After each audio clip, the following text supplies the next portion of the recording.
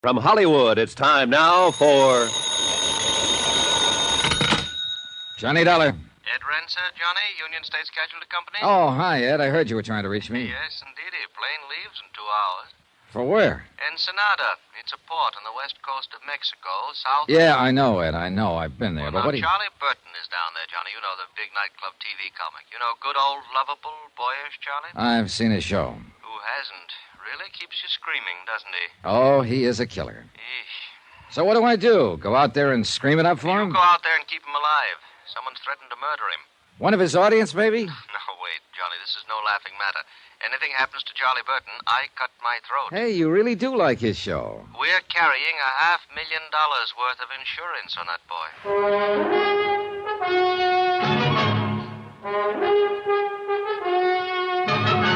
Tonight and every weekday night, Bob Bailey in the transcribed adventures of the man with the action-packed expense account, America's fabulous freelance insurance investigator. Yours truly, Johnny Dollar.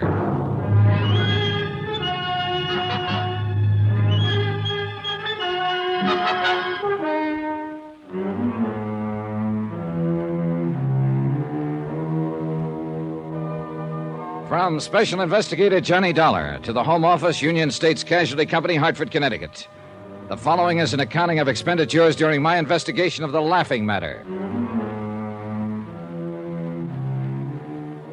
Item 1, $221.50. Transportation by scheduled airline to San Diego, incidentals there, and charter plane for a flight 80 miles south into Mexico. To Ensenada.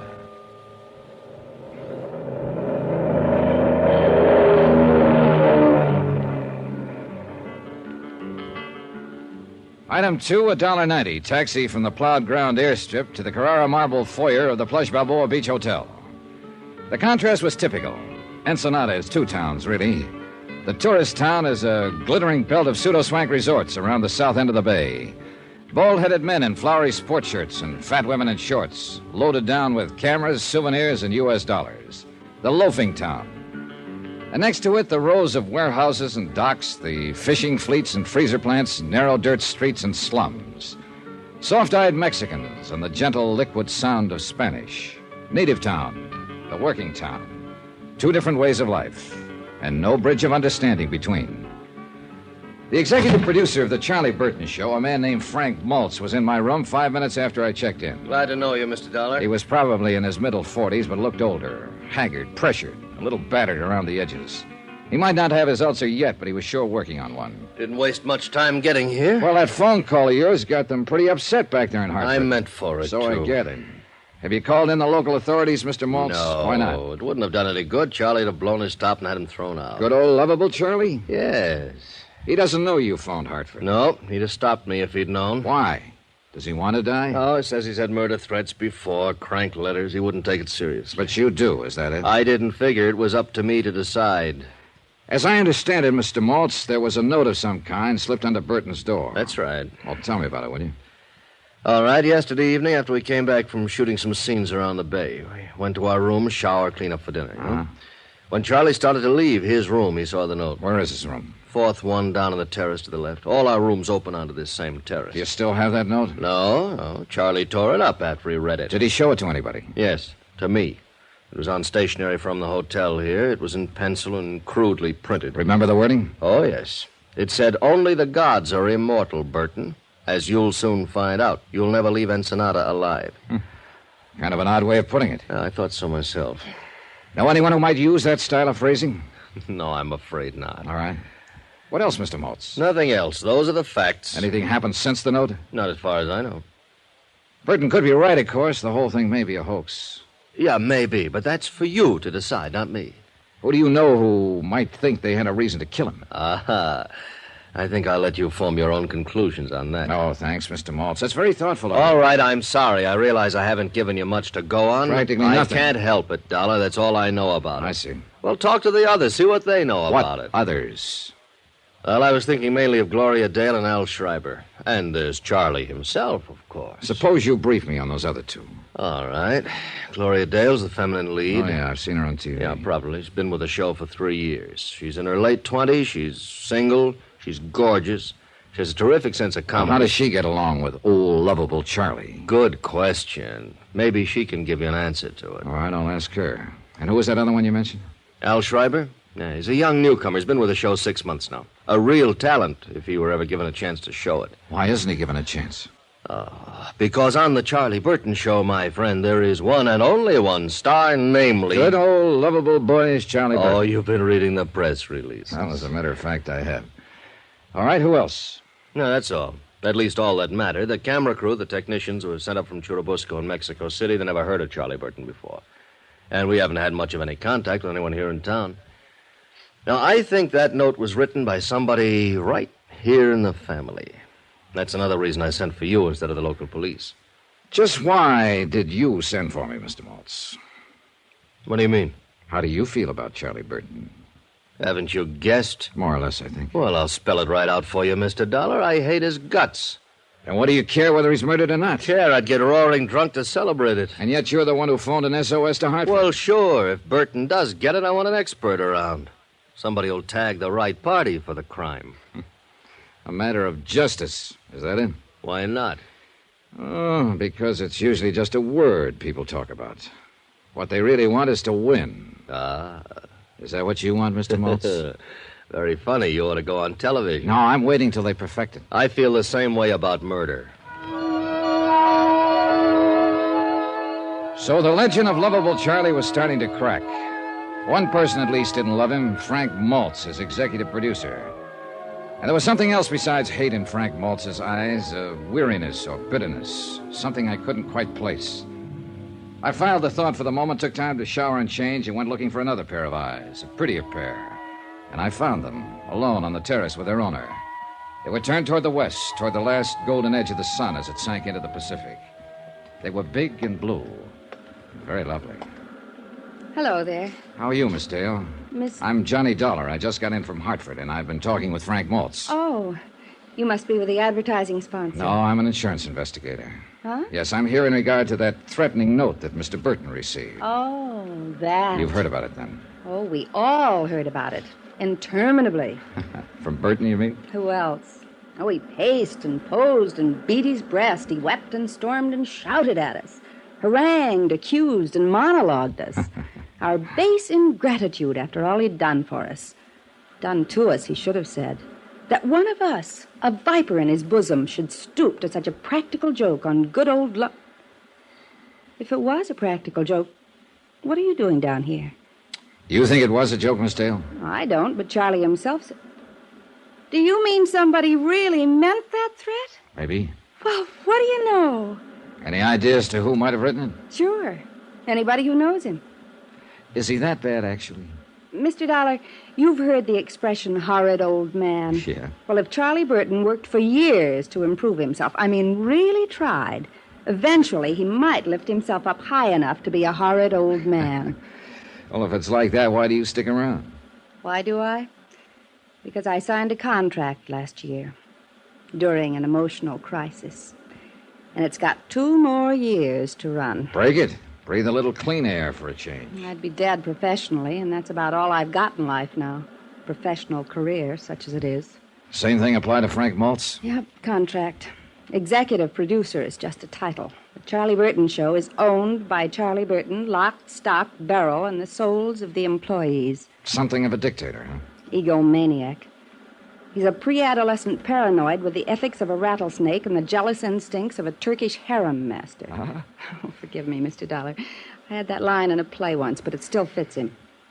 Tell me the truth, Miss Dale. Did you write that note? I'm a female comic, Mr. Dollar. So? So who can write? Gloria. Out here, Al, on the terrace. Al Schreiber, have you met him yet? No, but I've got him on the list. That may turn out to be quite a list before you're through. Downstairs bar at 7, honey. That's what you said. Downstairs bar at 7. Yeah, I know. I'm going in and change right now. Al, this is Johnny Dollar, Al Schreiber. Hello, Al. How are you? Glad to see you. Mr. Dollar's an insurance investigator. He's here about that murder threat Charlie got. You mean that note was for real? Could be. Well, happy days. Baby, there's hope for us yet. Careful, Al. Mr. Dollar's making a list. Sweetie, I'd be proud to confess. Only I didn't think of the idea, and besides, I'm a coward. Did either of you actually see that note? No, but we heard about it. So I understand. How does insurance figure in this? You mean some company actually wrote a policy on that earthworm? To the tune of $500,000. Holy Hannah, who's he worth that much to? His sponsor, the advertising client. I doubt if it's personal, really. They're just protecting their investment in the show. 500,000 fish. For a phony old fake who weighs in at a fast 30 cents. Say, maybe they're out to kill him and make a profit for themselves. Yeah, I'll put them on the list. And I take it you're in the club, too, Al. Club? At least you're not wearing a Love Charlie Burton button. Oh, sir. All I am, ever was, or hope to be in any future life. All I have, ever had, or expect to have at any time, notwithstanding. The foregoing to supersede any previous statement, and irregardless of any utterance made hereafter. I owe in its entirety, and without any reservation whatsoever, to my one and only benefactor. That sterling, magnanimous, warm-hearted, genial. I'll bet you think I'm only saying that because it's in my contract. Did you write the note, Al? I don't know what to say until I check with my writers. Yeah, I have the same problem with my underwriters. Say, that's not bad, Mr. Dollar. You know, you ought to Sorry, try television. I'm waiting till they perfect it. Item 3, 80 cents, one drink. I had it sent from the bar and sat on the terrace alone and drank it. I watched the sun die in the west and let the soft night creep out of the hills of Mexico and sink down over me in gentle folds. Then I saw a man slip from the shadowed shrubbery and move cautiously up the terrace, a pale ghost dressed in the white cotton of a peon worker. As I came quietly to my feet, a girl ran from inside somewhere, clung to him, and stopped him. They argued fiercely for a moment and guarded Spanish. Then the man turned and saw me and vanished into the darkness of the hotel gardens. The girl faced me for an instant, with eyes like frightened doves. Then she, too, turned and fled. But I'd recognize her. She was the hotel maid who'd brought ice to my room when I first arrived. So it was a lover's meeting, most likely. And yet, the man, before she stopped him, had been heading across the terrace toward Charlie Burton's room.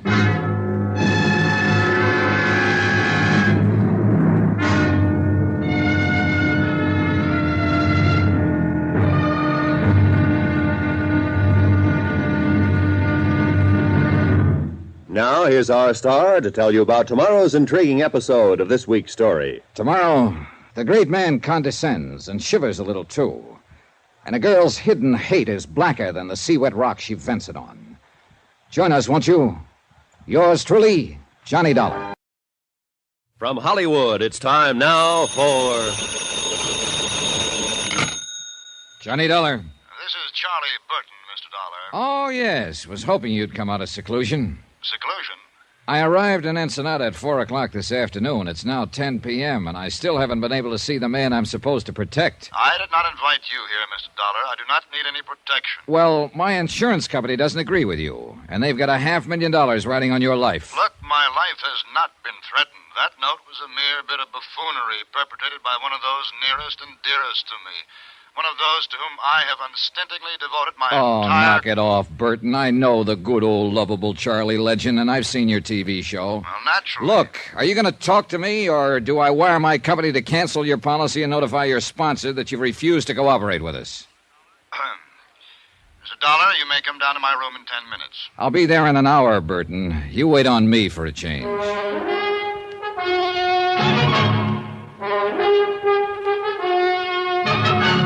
Tonight, and every weekday night, Bob Bailey in the transcribed adventures of the man with the action-packed expense account, America's fabulous freelance insurance investigator. Yours truly, Johnny Dollar.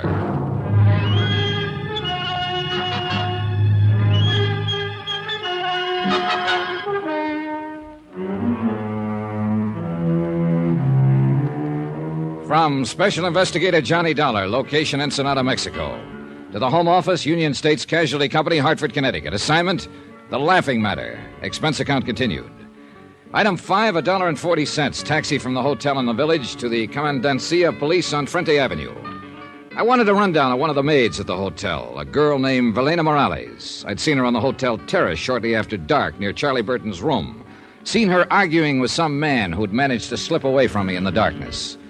Captain Peral said he'd check with me later and politely avoided asking what it was all about. If he had, I couldn't have told him.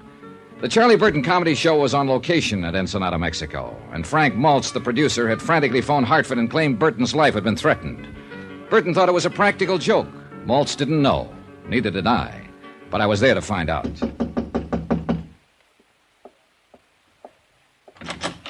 Hiya. You are Mr. John Dollar, I assume. You couldn't assume any corrector. Mind if I come in? By all means, do. Thanks. I am Charles Burton, Mr. Dollar. Yeah, I know. I've seen your face in a number of saloons. I beg your pardon? Oh, on their television sets. Oh, yes, of course. Well, sit down, Mr. Dollar. I just did. Yes, so I noticed. Well, I don't imagine you'll be here long enough for me to have something sent up from there. Oh, I'm sure I will. I'll have scotch on the rocks. Double. I see. Room service, please. This is Mr. Burton in Suite D. Please send up one scotch on the rocks. Double. Make it double. Oh, just a moment, please. By the way, Mr. Dollar, what is your room number? I can't seem to remember it at the moment. Why don't you just charge it to yours and then bill me for it later? If you think you're... Room service, cancel that order. Yes, I said cancel it. I will not tolerate this high-handed attitude from a hireling, sir. But not your hireling, Burton. Now, let's get a few things straight right now. From what I've heard about you up to now, I don't like you. And when I get to know you better, you like it or not. And I certainly do not. And there's nothing you can do about it. Oh. Try throwing your weight around with the insurance company, and they'll cancel your policy. And if that happens, you'll have sponsor trouble right up to your neck. If you think you can I think you're not intimidate- going to let it happen, Burton. You can't afford to. So cut out the kidding and let's get on with it. You know, I like you, Dollar. You're so uninhibited. I'm going to buy you that... Nope, sorry. Why not? I didn't want it in the first place. It was only a way to get your goat, break down that phony guard. But have one yourself, though. Now, drinking is not one of my vices. Oh, so that explains it. Explains what? It wasn't one of Hitler's vices, either. You're so delightfully insulting, you know. One can hardly take offense. Too bad. I'd hoped for better results. Would you mind telling me just who exactly is responsible for this prejudiced opinion you have of me? Well, as I remember, it was fairly unanimous. As I know, you talked to Frank Maltz. Maltz, of course, is bitter because he hasn't been given complete control of my show. Or any control, the way I hear it. As long as it's the Charlie Burton show, Mr. Dollar, Charlie Burton intends to run it. Only the gods are immortal. Isn't that what the murder threat said? I'll get to that. Then there's Gloria Dale, my leading lady. Dear Gloria. I suppose she told you I've treated her very badly. Practically forced her to sign a contract that pays her several $1,000s a week. A hideous fate, actually. It could be. And Al Schreiber? Did he mention the fact that I took him out of a 40-a-week burlesque house and taught him the subtleties of high-class, big-time comedy? Things that I had spent a lifetime perfecting. Look, Burton, if you're trying to convince me of your fine, sterling character, forget it. It's irrelevant.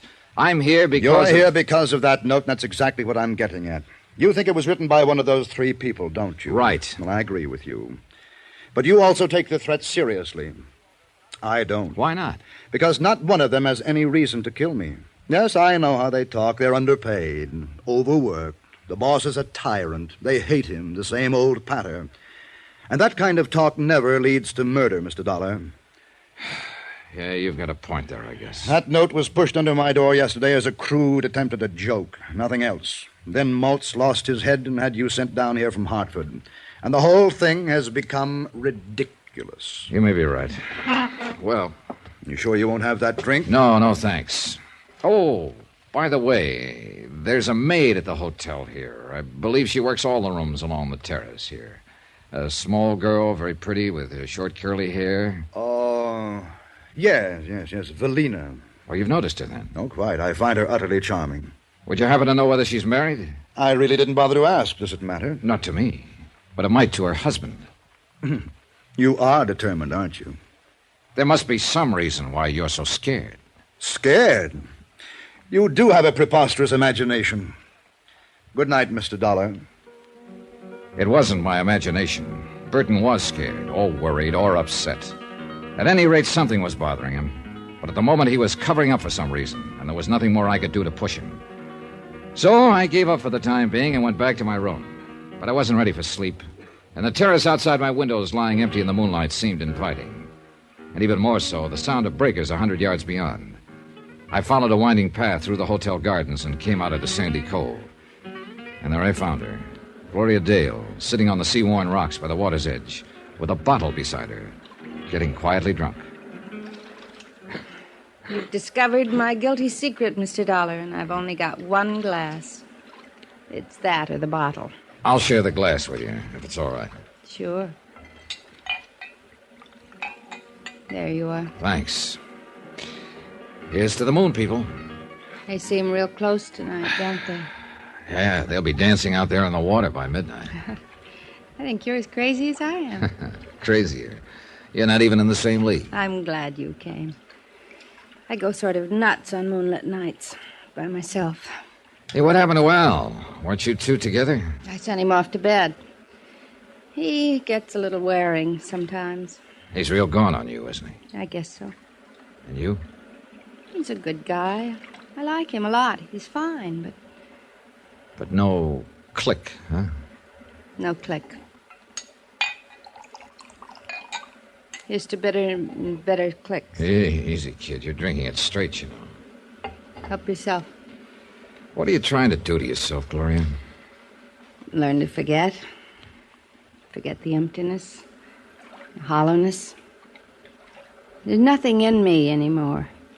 Except the hate, of course. There's plenty of hate. For Charlie Burton? For Charlie Burton. Do you hate him enough to kill him? You've always got your eye on the ball, haven't you, Mr. Dollar? More or less. Would you like to tell me about this emptiness? No, I don't think so. All right. Why not, though? It's the edge of the land and the edge of the sea. And you're from the moon, and you'll go back there at dawn. So why not? Here's to the moon. It makes people crazy. Hey, save half of that one for me. Oh, sure. Here you are. Yeah, just leave it there. So? Well, a year ago, my contract was up. And I was leaving the show. And I was about to be married. Jerry, his name was. And he's the only man I ever really loved. Uh-huh. Burton was furious. Said I was letting him down. I was ungrateful. But he couldn't stop me because my contract was up. And one morning I got a note from Jerry. Special delivery. We were through, it said. Why? No explanation. Just a cold, vicious note. That same morning, Jerry left town with a friend. Chartered a plane and went to Canada on a hunting trip. And you didn't find out the reason for it? Later, yes. At the time, I was hurt. I was terribly hurt. I signed a new contract and went on working. And months later, I got the story roundabout. What was it? A private detective, one of the crooked ones, had gone to Jerry with a complete report about me, supposedly. My private life, field reports, affidavits, statements, even photographs. A fake, the whole thing. But it convinced Jerry. You know who was behind it? I can guess. Sure. Good old, lovable Charlie Burton. He wanted to make sure I'd sign that contract. But when you did find out, why didn't you go to Jerry? I wish I could have. That hunting trip, the plane, it crashed. Jerry never came back. He was killed. That's crazy, huh? Oh, no, easy, sweet. Do I hate Charlie Burton enough to kill him? That's what you asked me, wasn't it? Sure, I hate him enough. 1,000 times enough. Only I haven't got the nerve. So what do? I drink. Gloria. The hotel. Help me get back there. Please, Johnny. Will you take me home? Love and hate, and the Black Sea rocks, and a lunatic's moon at midnight. And no help on this earth for a wounded heart but time itself. A tide was rising now, and rising fast. And hidden by the darkness, a wave curled and broke. And time ran out. I lunged out of bed and fumbled in the blackness for my robe and slippers and gun. Yeah, who is it? Charlie Burton. Open up, hurry. Dollar, you've got to protect me. Somebody took a shot at me through my window from the terrace. Oh, it was probably just a crude, practical joke. Joke! Joke! This is no laughing matter. Don't you understand, Dollar? Somebody's out to kill me.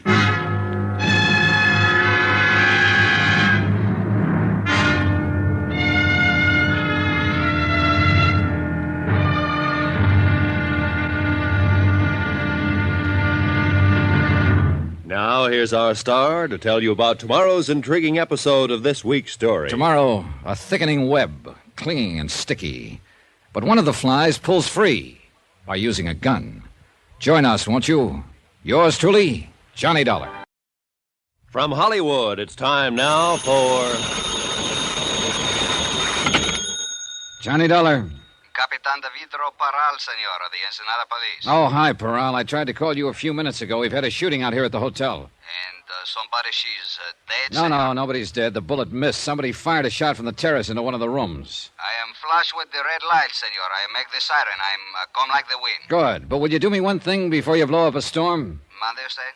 There's a man missing from his room here, a friend of the man who was shot at. He must be around town somewhere. Pues sí. He's an Americano, about 45, name's Frank Maltz. Frank Miles. Bueno, we'll find him. I'm going to make one APC T.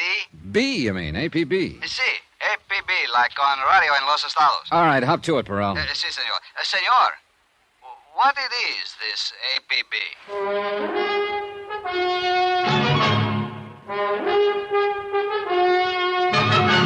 Tonight and every weekday night, Bob Bailey in the transcribed adventures of the man with the action-packed expense account, America's fabulous freelance insurance investigator. Yours truly, Johnny Dollar.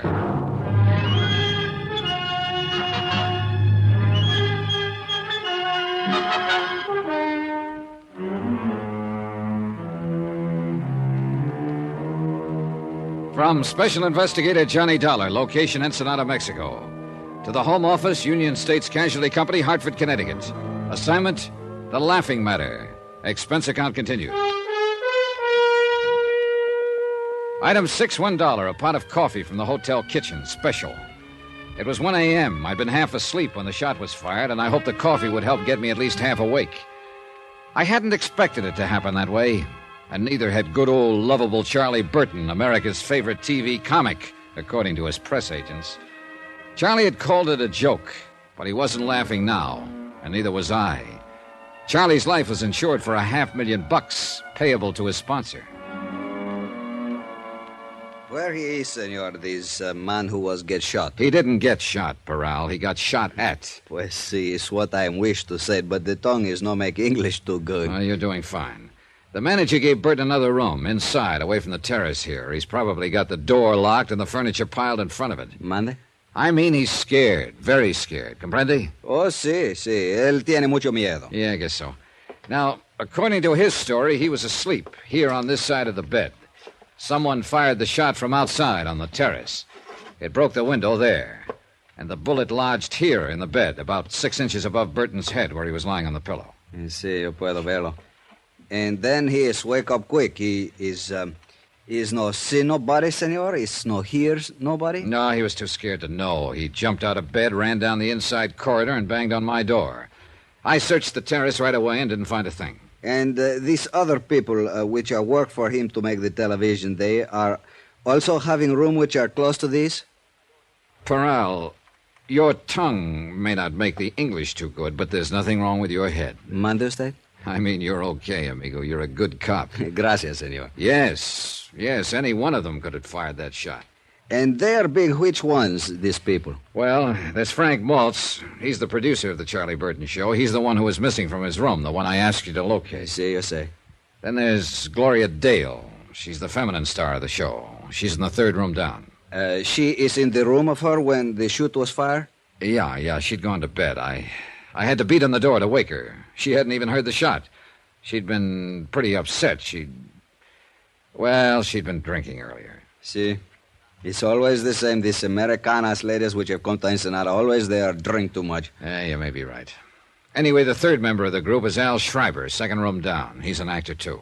And where he is when these things happen? In bed, so he says. The shot woke him up, and he came out into the corridor while Burton was banging on my door.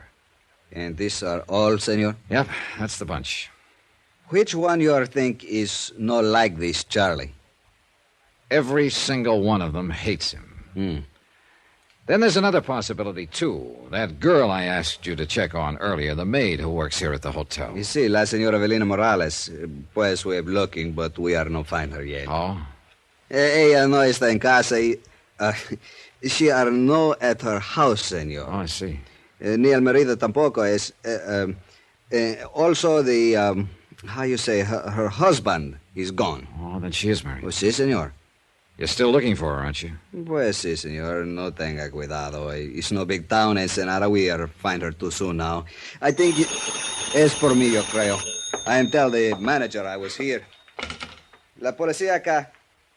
Sí, capitán de vidro Paral. ¿Dónde?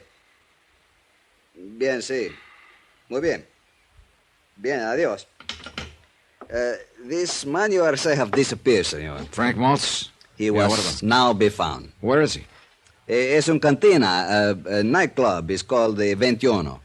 21. Where is it? In town somewhere? You see, it is the, how you say, senor, it's one big hot spot.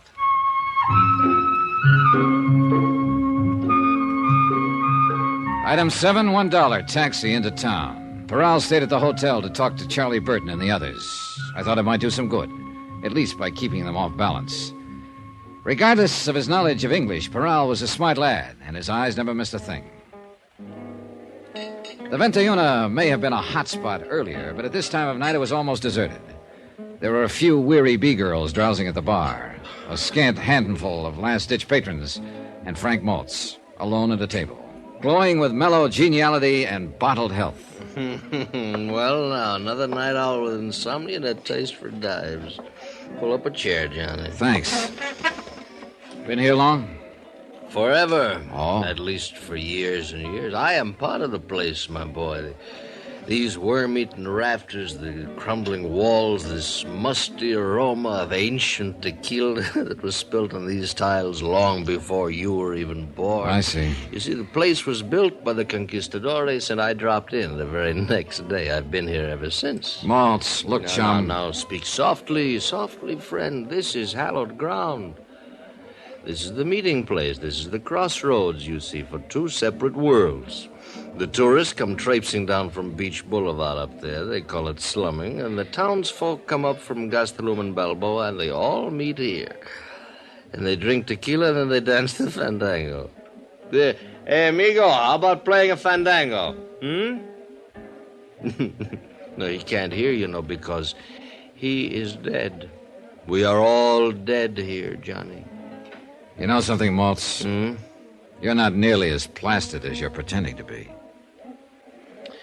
I know that, Johnny. Have you been here all evening? Here in the 21? How do you like that name, 21? It means a 21, you know. Yeah, I know. Have you been here in the 21 all evening? Oh, no. I've been in all of them. I just ended up here.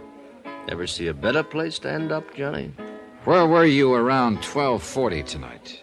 What? What are you driving at? Somebody took a shot at Charlie Burton tonight. Ooh, I got my fingers crossed, did they? No, they didn't hit him. Well, maybe they'll have another chance. Not if I can prevent it. Now, that's why you were checking times on me, huh? You think I maybe made a clay pigeon out of that rat. Did you? Johnny, I left the hotel at 10 o'clock. I've been a lot of places since, but not back there.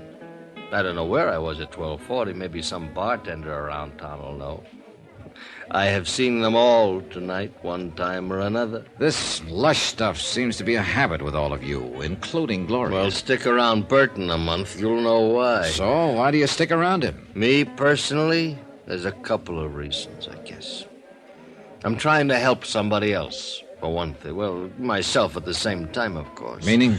Al Schreiber. The kid is great, Johnny. He really is. And it'll be his show next year, if we can hang on. And for the same sponsor. With you producing? Well, that's right.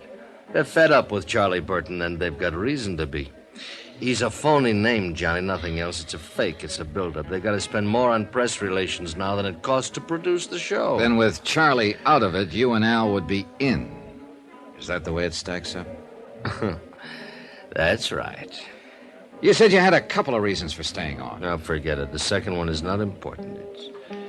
It's a sob story. Well, it won't be the first one I've heard tonight.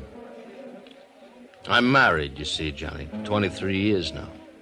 And for the last 8, my wife has been completely paralyzed.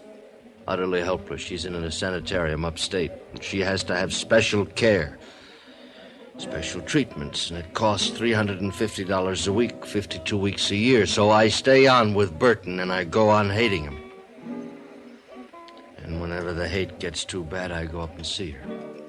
Well, she doesn't know me. She doesn't know anyone. She just lies there and breathes. But I look at her. And I remember how she was. And how I loved her. I still love her, Johnny. So that's the way it is. I left him there in the cantina with his love and his hate and walked out into the street, empty and silent under the wheeling stars in the soft, dark night. A lone dog sidled past, gray and gaunt, intent on some mission of his own, and faded into the shadows.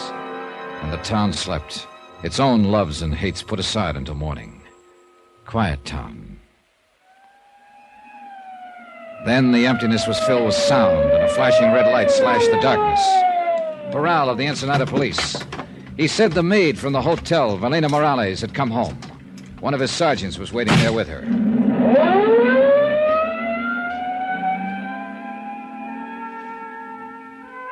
Buenas noches, senora. Buenas noches. The tiny room was lit by a flickering oil lamp, and a candle burned beneath a crucifix on the wall above the bed. Cement floor and adobe walls, bare and clean, like the cell of a nun in a convent. ¿Y su hombre? ¿En dónde está él? Ya no sé. She was young, ¿Qué le pretty, importa? and at the moment ¿Dónde very estabas frightened. tú más temprano? En la casa de una amiga. ¿Por qué me preguntas? Espérate, señora. Hace poco uno trató a matarle a un señor. Allá en el Hotel Balboa. ¿Qué dices? ¿Cuál señor? Un americano. El señor Carlos Burton. Ay, de mí. ¿Qué tengo yo que hacer? She talked, Ya no hay half remedio. crying, and ¿Quién Parral sabe qué vamos a translated. hacer ahorita? Charlie Burton, Y ahora no old, hay lovable remedio. Charlie, had been Yo bothering di por her, annoying her at the supuesto hotel. que él nomás hablaba She tried to porque no avoid him, creía que but ella had made the podía mistake of ser telling her tan husband. dura. He'd been furious and had come to the hotel earlier in the evening. That's when I'd seen the two of them arguing on the terrace. She hadn't seen him since. So, Senor Dollar, what is it you think? I think you'd better find a husband, and find him quick.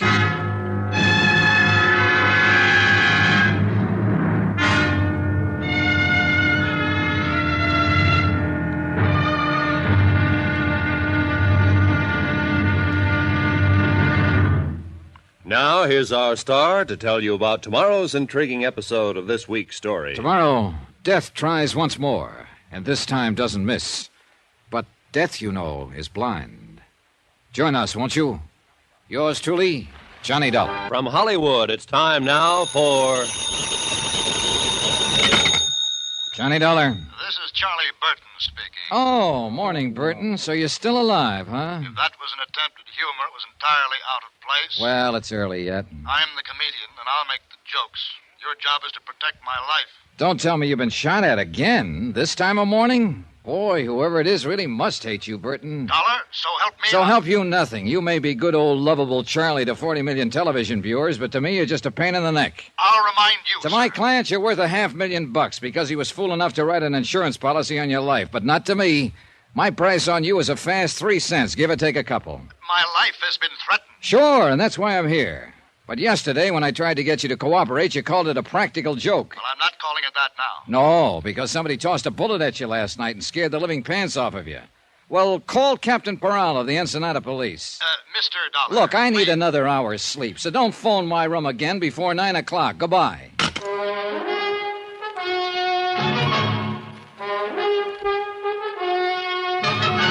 Tonight and every weekday night, Bob Bailey in the transcribed adventures of the man with the action-packed expense account, America's fabulous freelance insurance investigator. Yours truly, Johnny Dollar.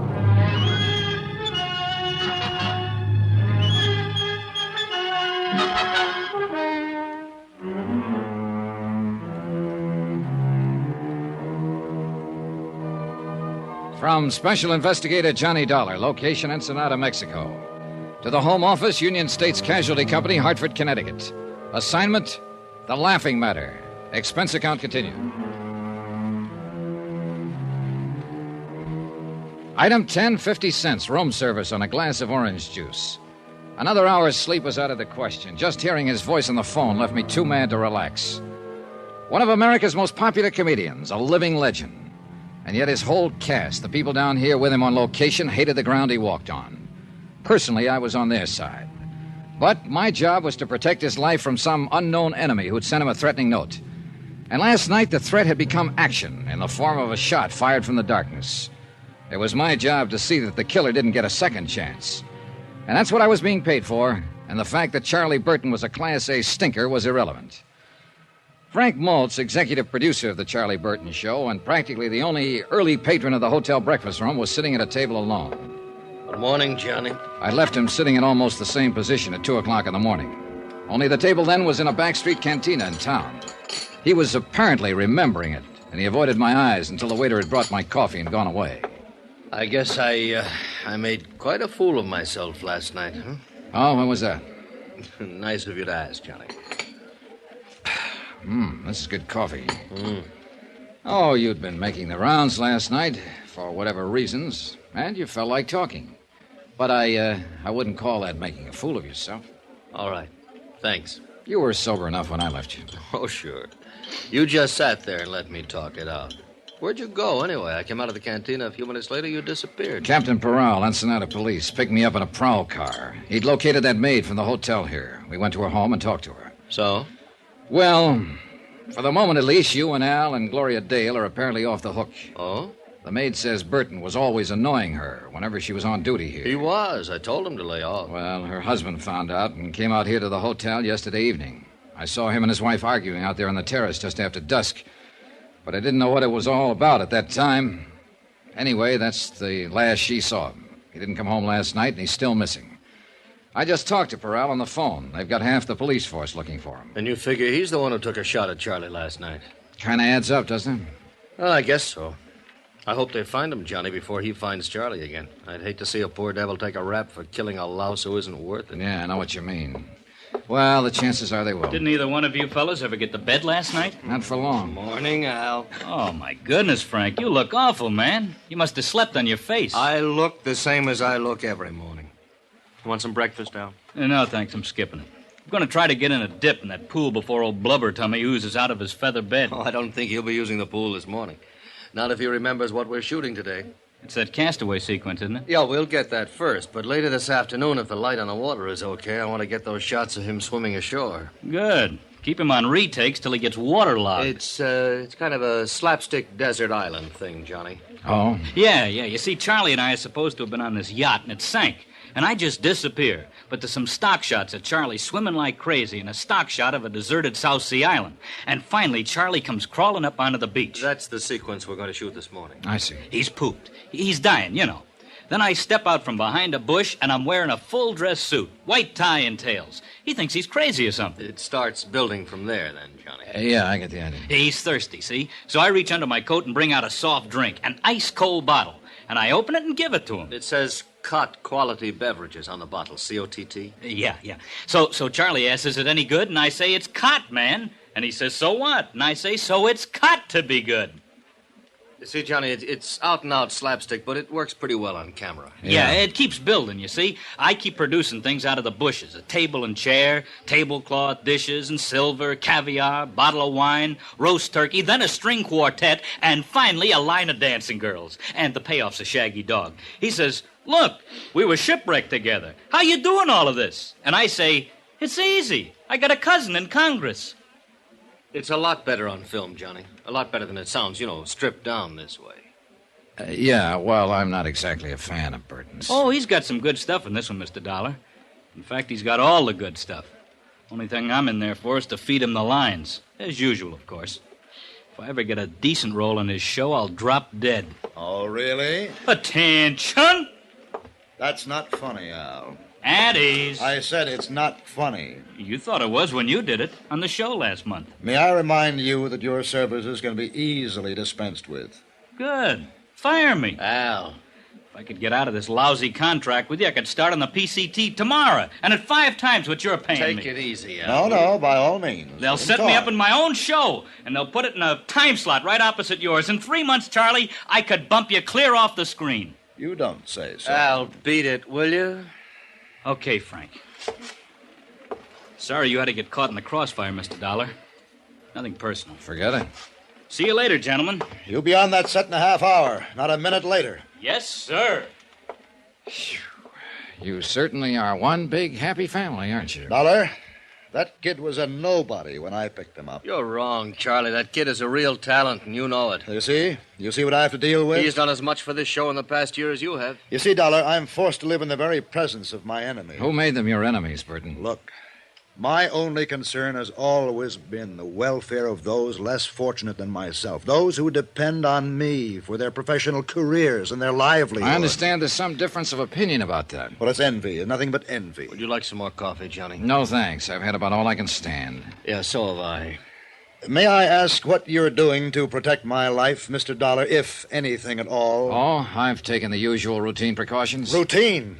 I demand more than routine. Not from me. You don't demand anything. I'm working for the insurance company. Then I'll complain to them. Good. Why don't you cancel your policy at the same time? Then I can get off this assignment. Couldn't cancel it if I wanted to. My sponsors wouldn't allow it. It's for their protection, not mine. I know that.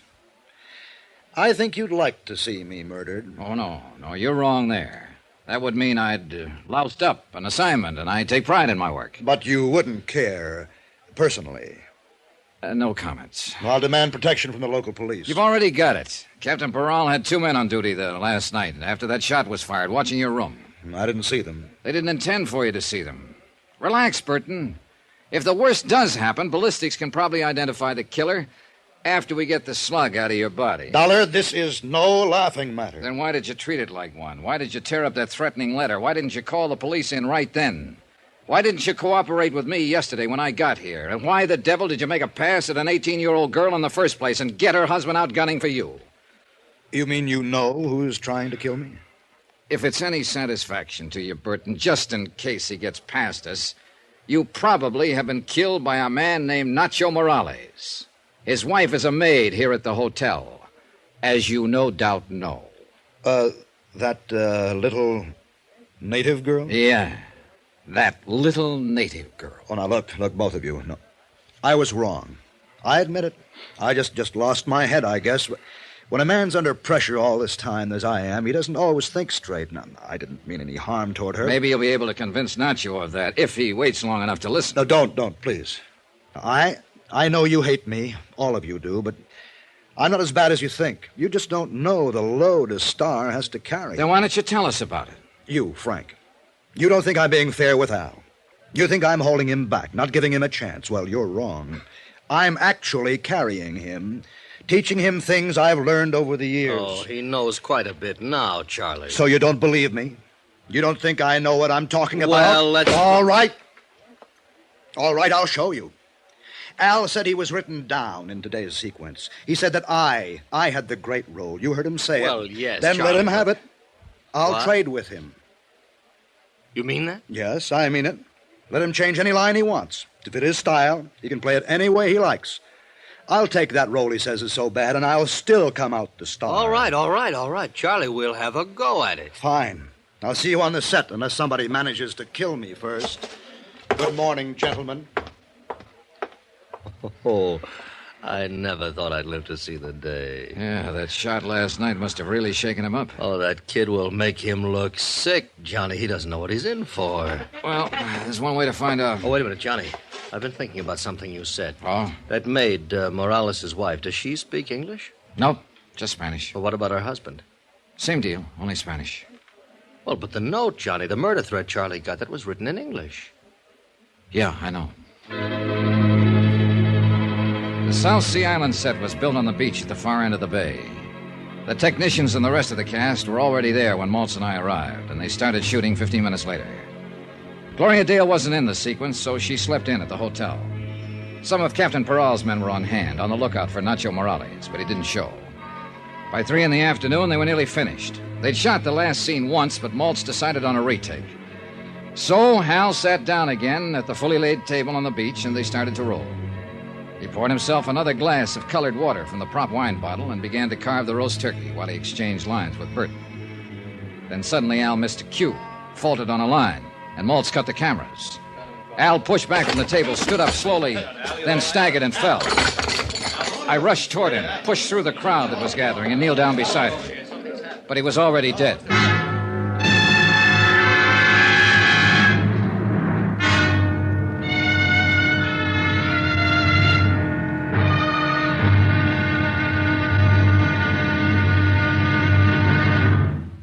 now here's our star to tell you about the final intriguing episode of this week's story. Tomorrow, a frantic game of musical chairs with every player desperate. Because the loser in this game gets the electric chair. Join us, won't you? Yours truly, Johnny Dollar. From Hollywood, it's time now for...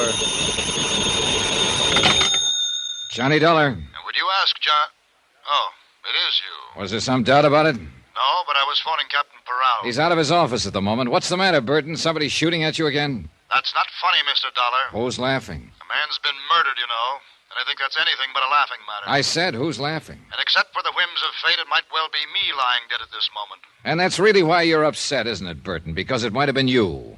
You're not really concerned about Al's death. I was extremely fond of the boy. You were no fonder of him than he was of you, so save that good old lovable Charlie business for your television audience. I never did buy it myself. Dollar, may I remind you that your position... I know my position in it. I'm an Ensenada to protect your life because some company was crazy enough to write a $500,000 policy on you. All right, you're still alive, aren't you? Goodbye, Burton.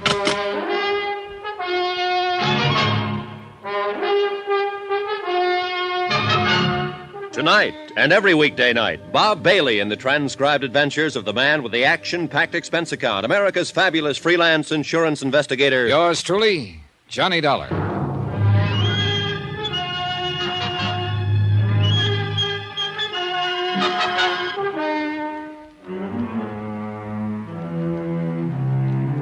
From Special Investigator Johnny Dollar, location Ensenada, Mexico, to the Home Office, Union States Casualty Company, Hartford, Connecticut. Assignment, The Laughing Matter. Expense account, final page. Item 12, 50 cents, 2 bottles of beer, one for myself and one for Capitan Peral. We sat in his office in the Comandancia de Police and drank them slowly and watched the sun sink behind the headlands across the bay. And we waited. The daytime heat reluctantly loosened its grip, and the town, pushing off the lethargy of afternoon, stirred to the quickened pace of evening. A sprinkling truck passed slowly, sweeping the dusty, rutted street with a spurting broom of water. Gleeful kids ran out behind it and splashed in the puddles, squealing happily.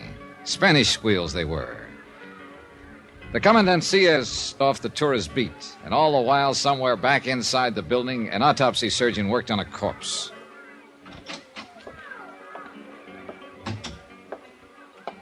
Bueno, señor. Ya está listo. The medical is all finished now. Well, what's the verdict, Perot? It's what we are thinking. Él se mató por veneno.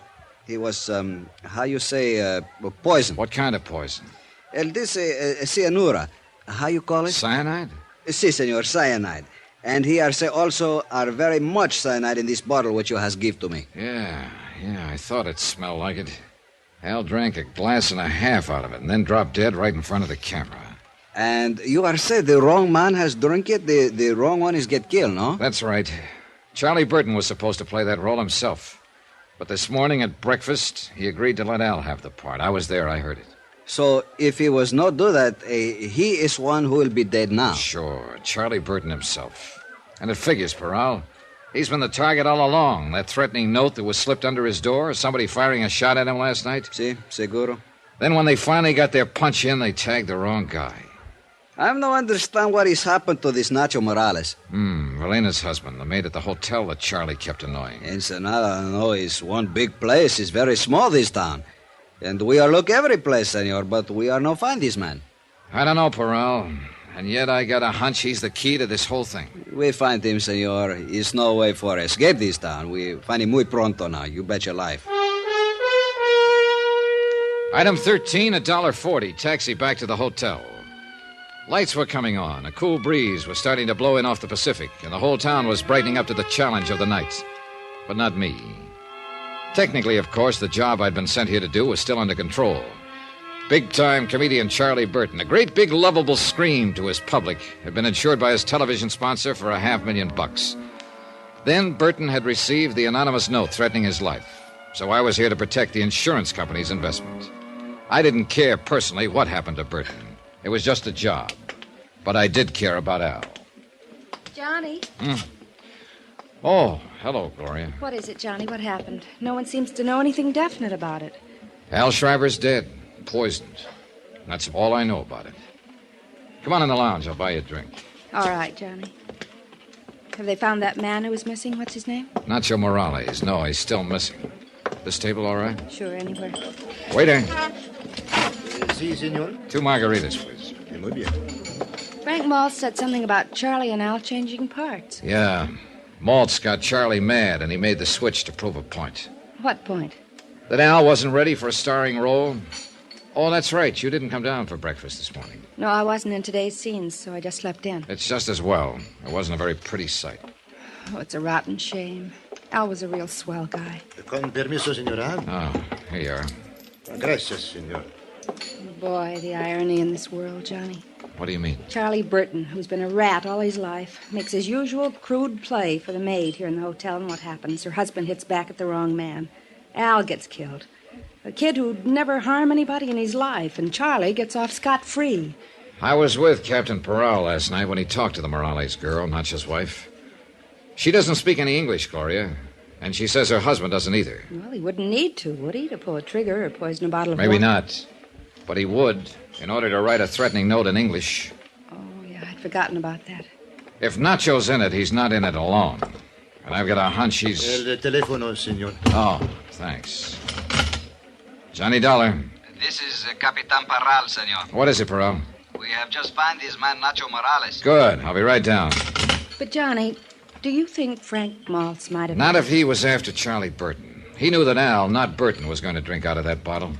But didn't everybody know that? No, not everybody, Gloria. You didn't. Nacho Morales was sitting alone in the starkly barren detention room of the Commandancia. He was a small man, maybe a few years older than his wife. A field worker with gnarled hands and a bent back. He was waiting patiently, quietly, gripping the brim of his sombrero in his hands, trying to hide the fear, the terror that lay just behind his eyes. His eyes flickered slightly as Peral and I opened the steel-grilled door. And then he waited.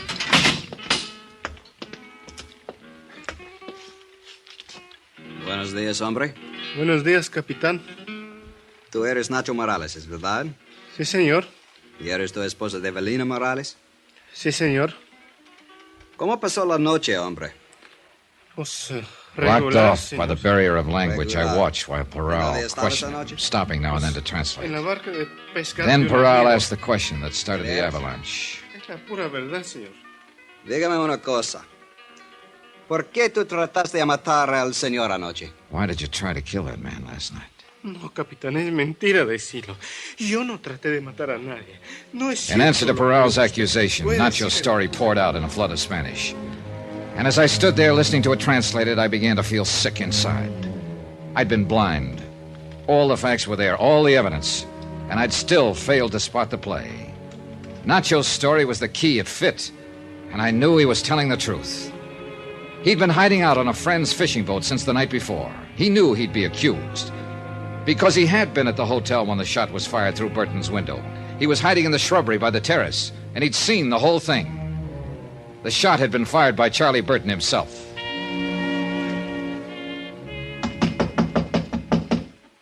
Who is it? Johnny Dollar. I want to talk to you, Burton. All right. Just a minute.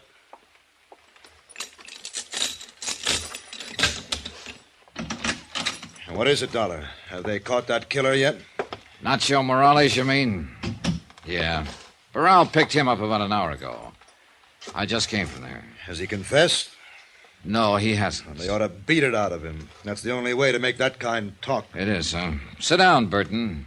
I think you're due for a shock. What are you talking about?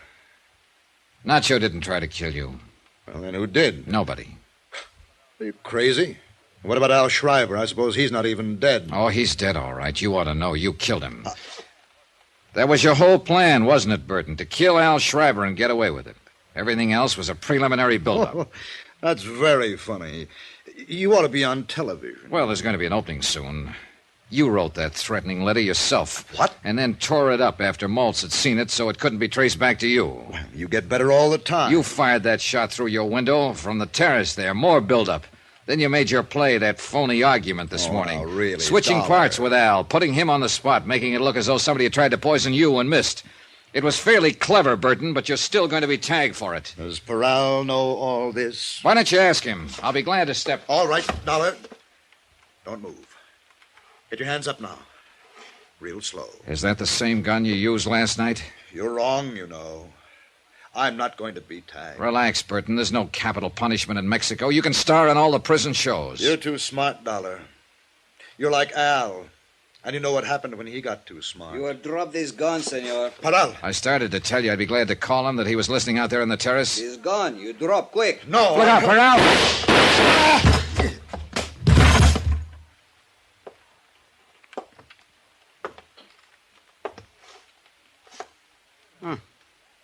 Mira, senor. I am not shoot too bad, I think. No. No, not bad at all, Paral. Well, he asked for it. I am see he is go to pull his trigger, so I are to shoot much fast. Bam, bam, bam. I tell you, he's look very surprised, senor. Yeah. It's too bad he couldn't have seen the look on his face. A comedian would have really appreciated it. Why, he'd have died laughing.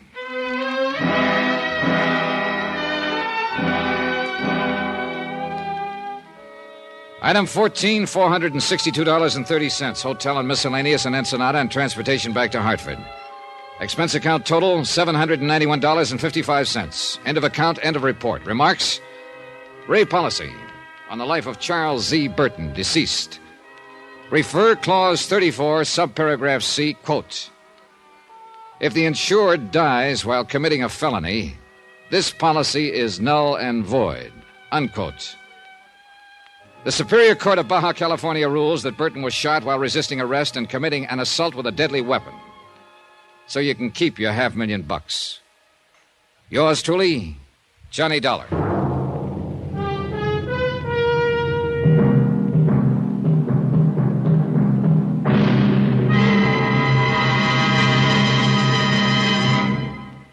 Now, here's our star to tell you about next week's intriguing story. Next week, a frantic chase across the country after a girl who couldn't possibly exist. Then suddenly turned up. Join us, won't you? Yours truly, Johnny Dollar.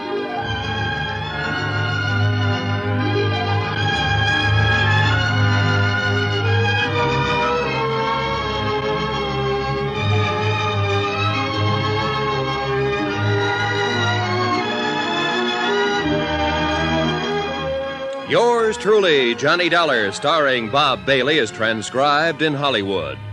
Written by Les Crutchfield, it is produced and directed by Jack Johnstone.